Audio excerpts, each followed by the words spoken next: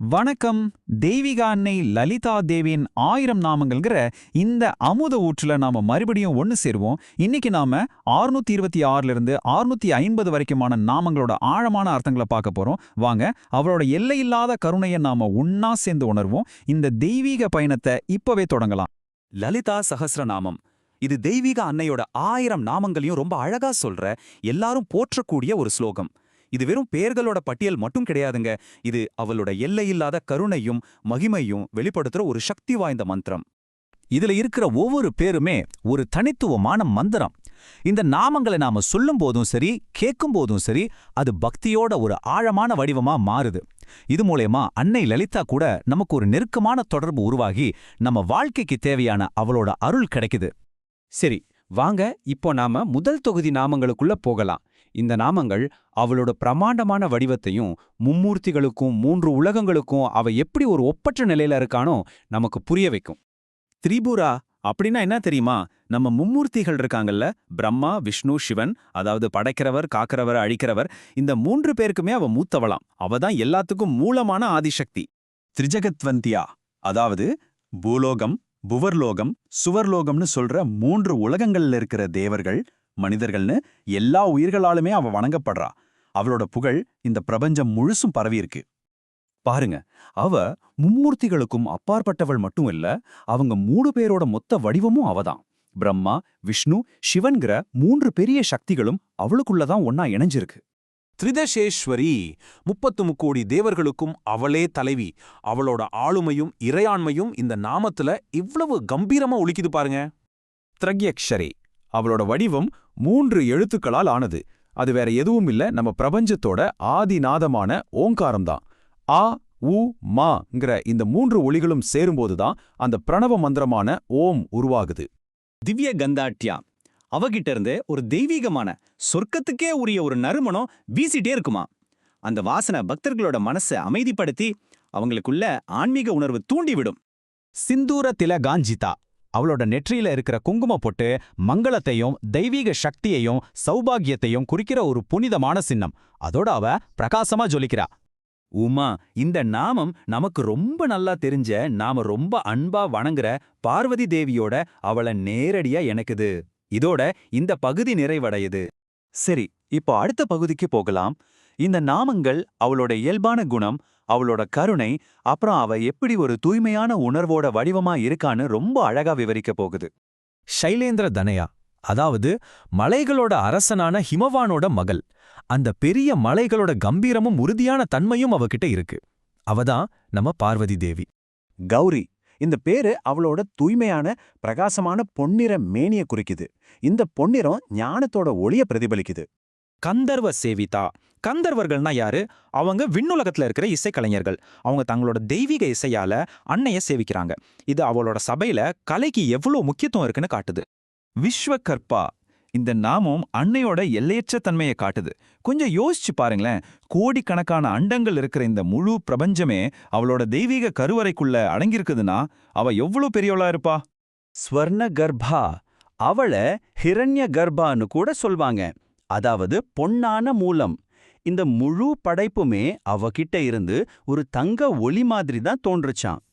அவருதான் அவ கருணையோட வடிவம் மட்டும் இல்ல, கிட்ட சக்திகளை அழிச்சு தர்மத்தை நிலைநாட்டுற ஒரு பாதுகாவலரும் கூட. இந்த நாமத்துல அவளோட வீரமும் ஆற்றலும் வெளிப்படுது.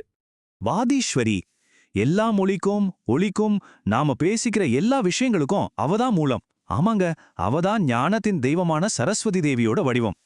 யானன்யா, அவளோட உண்மையான சாரத்தை தெரிஞ்சுக்கிறதுக்கான பாதை வெளியில எங்கேயும் இல்ல, அது நமக்குள்ளதான் இருக்கு.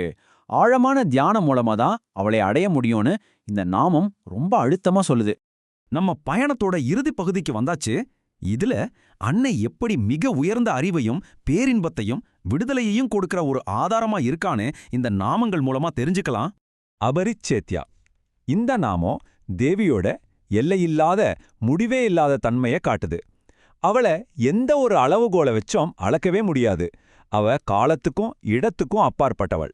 ஞானதா, அவ நமக்கு உலக அறிவை மட்டும் கொடுக்கிறவ இல்ல, அதையும் தாண்டி மிக உயர்ந்த ஞானமான தன்னை உணர்தல், அதாவது ஆத்ம ஞானத்தை நமக்கு அருள்பவள் அவதான்.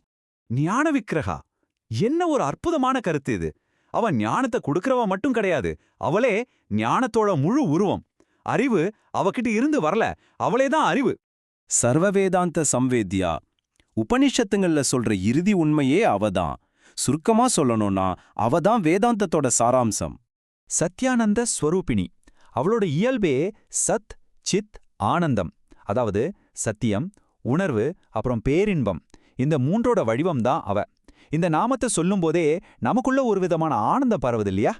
லோபாமுத்ரா ரிஷிதா. அகத்திய முனிவரோட மனைவியான லோபாமுத்ரை மாதிரி பெரிய ஞானிகளாலேயும் ரிஷிகளாலேயும் அவ வணங்கப்படுறா.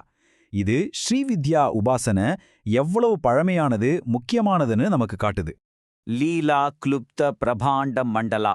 இது லீலாங்கிற ஒரு அற்புதமான விஷயத்தை விளக்குது. அதாவது இந்த பிரபஞ்சத்தோட படைப்பு, காப்பு எல்லாமே அவளோட ஒரு ஆனந்தமான தெய்வீக விளையாட்டு தானா. இதுல அவளுக்கு எந்த சிரமமும் கிடையாது. அதிருஷ்யா, அவளோட உண்மையான வடிவத்தை நம்ம சாதாரண கண்களால பார்க்க முடியாது. அத புறக்கண்களால பார்க்காம நம்ம அகப்பார்வையால ஞான கண்ணால மட்டும்தான் உணர முடியும். திருஷ்ய ரஹிதா. இந்த ஆழமான தத்துவத்தோட இந்த பாராயணத்தை நிறைவு செய்றோம். அவளே எல்லாமா இருக்கும்போது அவளுக்கு வெளியில பார்க்கறதுக்குன்னு தனியா எதுவும் இல்ல. பார்க்கறவளும் அவதான், பார்க்கப்படுற காட்சியும் அவதான். இந்த தியான நிலையிலிருந்து எங்களோட ஞான் கோஸ்ட் சமூகத்து கூட சேர்ந்து உங்க ஆன்மீக பயணத்தை தொடர உங்களை நாங்க அன்போட அழைக்கிறோம். இதுதான் எங்களோட ஞான் கோஸ்ட் சேனலோட முக்கியமான நோக்கம். நீங்க இப்போ உணர்ந்த இந்த தெய்வீக அனுபவத்தை சனாதன தர்மத்தோட இன்னும் பல பொக்கிஷங்கள் மூலமா ஆழப்படுத்த நாங்க உங்களுக்கு உதவுவோம். ஞான் கோஷ் ஒரு பன்மொழி சேனல். நாங்க ஆங்கிலம், ஹிந்தி, மராத்தி, தமிழ், பெங்காலின்னு பல மொழிகள்ல ஆன்மீக ஞானத்தை பகிர்ந்துக்கிறோம். இன்னும் நிறைய மொழிகள் வர இருக்கு. ஸ்ரீமத் பாகவதம், பகவத்கீதா, மகாபாரதம், லலிதா சஹஸ்ரநாமம், தெய்வத்தின் குரல், மகாராஷ்டிரா மற்றும் வங்காள மகான்கள், அப்புறம் ஆதிசங்கரோட கதைன்னு நீங்க பார்க்குற இந்த எல்லா தலைப்புகளிலும் தினமும் வீடியோக்களை எங்க சேனல்ல பார்க்கலாம். இந்த ஆன்மீக பயணம் உங்களுக்கு மதிப்புள்ளதா தெரிஞ்சா எங்க ஞான் கோஷ் சேனலுக்கு சப்ஸ்கிரைப் பண்ணுங்க.